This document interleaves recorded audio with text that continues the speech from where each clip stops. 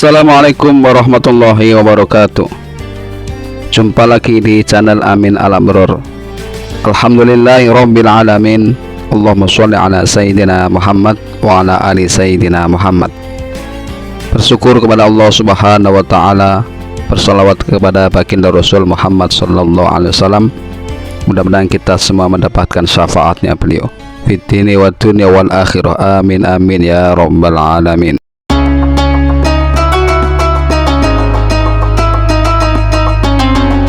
Kisah waliullah Syekh Muhammad Nawawi bin Umar Al-Jawi Al-Bantani, atau lebih dikenal dengan sebutan Syekh Nawawi Al-Bantani. Beliau lahir di Tanara, Serang sekitar tahun 1230 Hijriah atau 1813 Masehi. Beliau wafat di Mekah sekitar tahun 1314 Hijriah atau 1897 Masehi.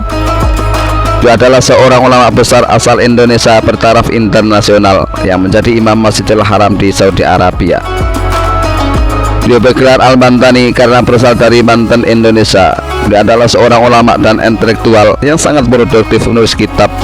Jumlah karyanya tidak kurang dari 115 kitab yang meliputi bidang ilmu fikih, tauhid, tasawuf, tafsir, dan hadis. Syekh Nawawi sudah belajar ilmu agama Islam sejak berusia 5 tahun dari ayahnya. Dia mempelajari tentang pengetahuan dasar bahasa Arab, fikih, tauhid, Al-Quran, dan tafsir bersama saudara-saudara kandungnya. Menginjak usia 8 tahun, beliau bersama kedua adiknya yakni Tamim dan Ahmad berguru ke salah satu ulama terkenal di Banten kala itu, yakni Ki Haji Sahal. Kemudian beliau menimba ilmu kepada Syekh Baing Yusuf Purwakarta. Syekh Nawawi sudah mengajar sejak muda. Saking banyak muridnya, beliau mencari tempat di pinggir pantai agar lebih leluasa mengajar. Masih di usia muda, Syekh Nawawi menunaikan haji dan berguru ke sejumlah ulama ternama di Mekah saat itu. Karomah Syekh Nawawi sudah terlihat sejak muda atas izin Allah subhanahu wa ta'ala. Kisah karomah Syekh Nawawi Al-Bantani muda yang melihat Ka'bah langsung dari Jakarta bermula saat beliau sholat di Masjid Pekojan, Jakarta Kota. Masjid ini lokasinya berdekatan dengan kediaman Habib Utsman bin Yahya. Setelah sholat, Syekh Nawawi menghampiri Habib Utsman dan mengatakan jika arah kiblat masjid tersebut kurang tepat, dengan nada lemah lembut dan penuh hormat. Wahai Habib yang saya hormati, sebelumnya saya mohon maaf yang sebesar-besarnya, kata Syekh Nawawi. Ya, ada apa anak muda, jawab Habib Utsman. Begini Habib, masjid ini kurang kiblat dan kurang menyerong ke sebelah kanan atau ke arah utara, terang Syekh Nawawi. Habib Utsman yang merupakan seorang pakar ilmu falak heran dan menyanggah Syekh Nawawi. Masjid ini sudah saya ukur dengan alat kompas dan berdasarkan ilmu falak, katanya. Dengan penuh sopan santun, Syekh Nawawi Al-Bantani menunjuk ke arah kiblat. Seketika itu juga Ka'bah terlihat sangat jelas di hadapan mereka berdua. Habib Utsman langsung terperanjat setelah menyaksikan karomah Syekh Nawawi. Beliau kemudian langsung menubruk ingin mencium tangan ulama asal Banten itu. Namun Syekh Nawawi menarik dan menolak tangannya untuk dicium oleh Habib Utsman. Wahai Habib yang mulia, saya tidak pantas untuk dicium tangannya oleh Habib, karena Habib adalah orang mulia dan keturunan Rasulullah Sallallahu Alaihi Wasallam, sedangkan saya adalah orang kampung biasa, tuturnya Syekh Nawawi. Habib Utsman langsung merangkul badan Syekh Nawawi. Keduanya saling berpelukan sambil menangis bercucuran air mata. Masya Allah, itulah salah satu karomah Syekh Nawawi. Dari kisah ini kita belajar tentang sopan santun dan menghormati orang yang pandai sesuai bidang ilmunya. Karomah Syekh Nawawi. Karomah adalah suatu yang keluar dari adat kebiasaan, tidak diiringi dengan pengakuan kenabian, dan juga bukan mukadimah kenabian, di mana Allah munculkan pada diri seorang hamba yang memiliki kebaikan, selalu mengikuti ajaran Nabi, berakidah serta beramal secara benar, baik orang tersebut mengetahui ataupun tidak. Tujuan adanya karomah adalah sebagai bantuan, dukungan dan pertolongan kepada hamba tersebut atau untuk mengokohkannya dalam keimanan. Karomah bisa terjadi dalam urusan agama atau duniawi.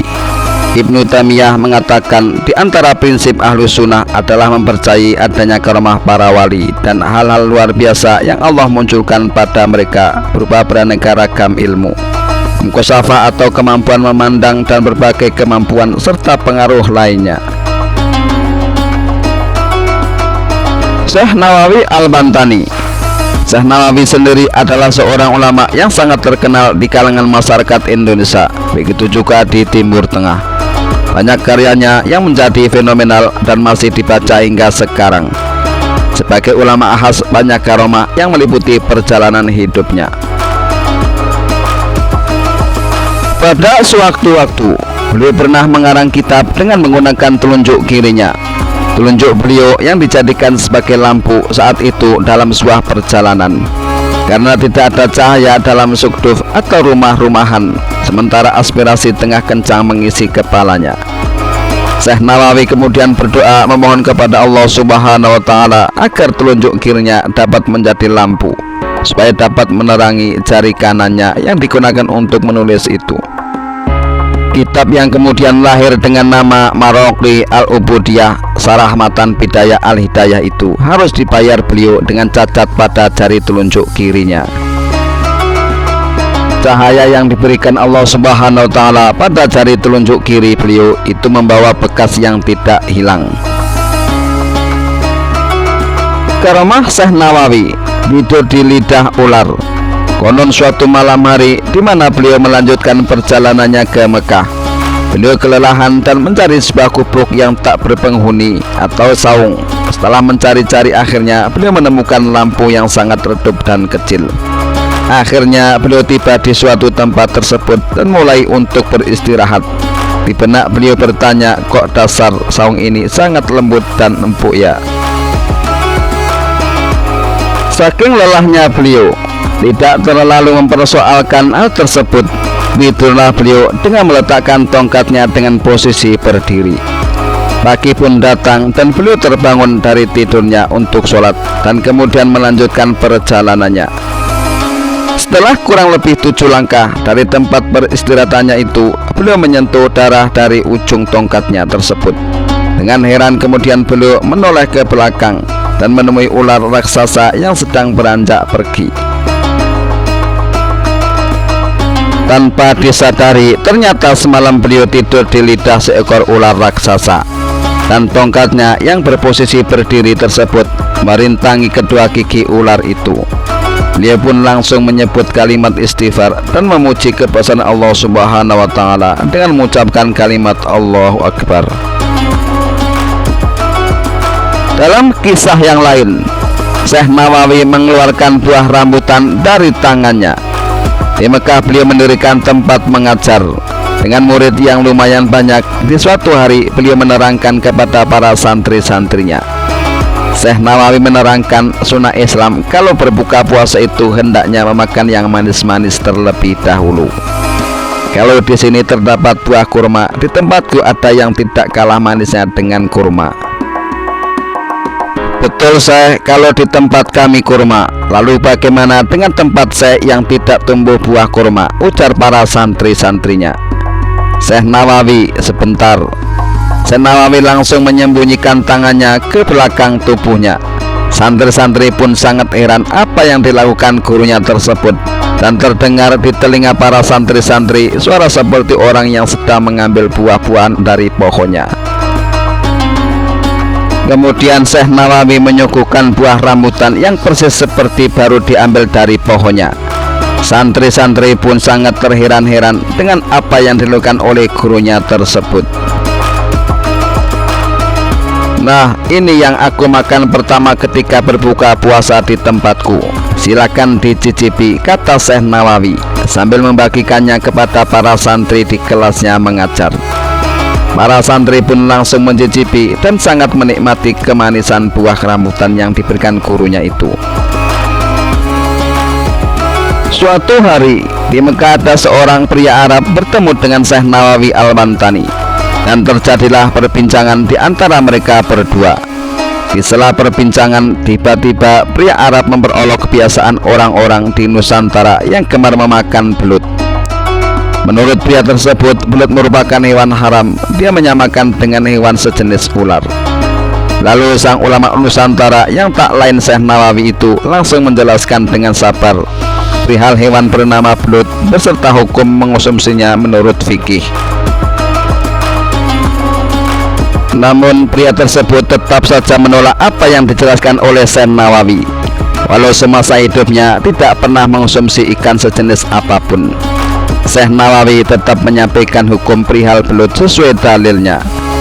Namun setiap kali beliau menjelaskan soal belut tersebut, pria tersebut tetap menolak dengan argumen yang disertai olok-olok. Setelah lama berdiskusi dan sang pria tetap dengan olok-olok dan ejekannya, Syekh Nawawi Al-Bantani kemudian memasukkan tangannya ke dalam pasir dengan mudahnya seperti halnya ke tanah lumpur.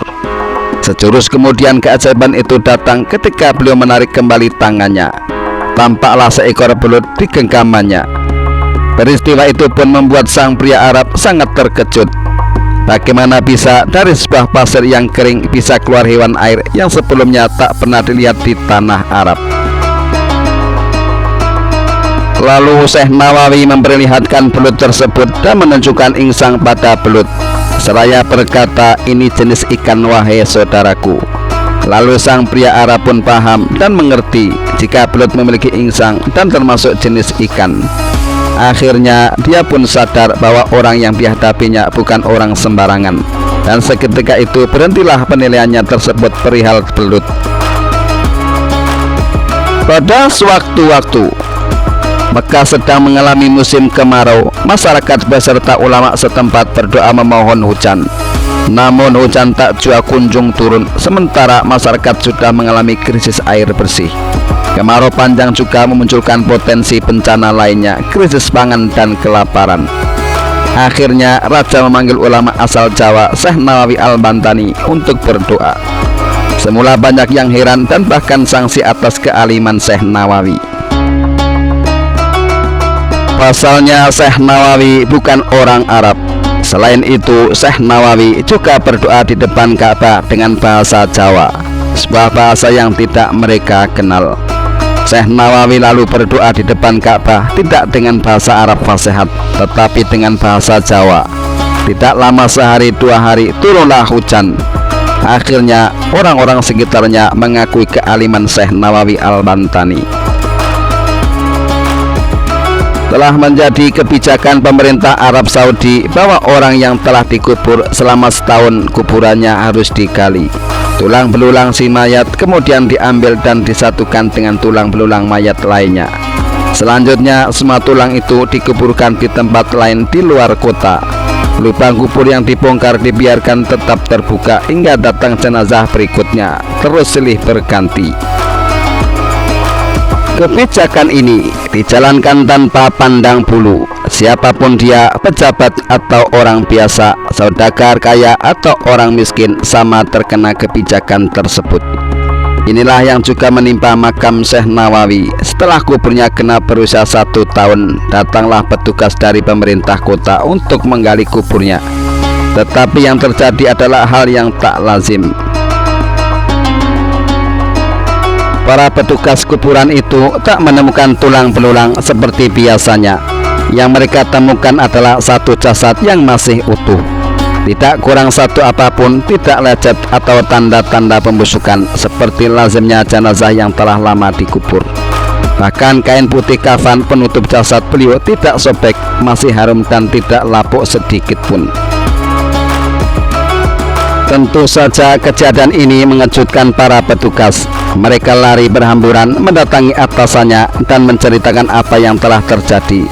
Setelah diteliti, sang atasan kemudian menyadari bahwa makam yang digali itu bukan makam yang sembarangan. Langkah strategis lalu diambil. Pemerintah melarang membongkar makam tersebut. Jasad beliau lalu dikuburkan kembali seperti sedia kala. Hingga sekarang makam beliau tetap berada di Ma'la Mekah. Dan yang paling aneh, kuburan beliau satu-satunya kuburan yang tumbuh rumput, bahkan rumputnya hijau dan bagus. Subhanallah, wallahu alam bisawab. Inilah sepenggal kisah Wadallah Syekh Nawawi Al-Bantani. Semoga bermanfaat bagi kita semuanya. Amin amin ya rabbal alamin. Jangan lupa like, share, dan subscribe. Terima kasih. Akhirul kalam, wassalamualaikum warahmatullahi wabarakatuh.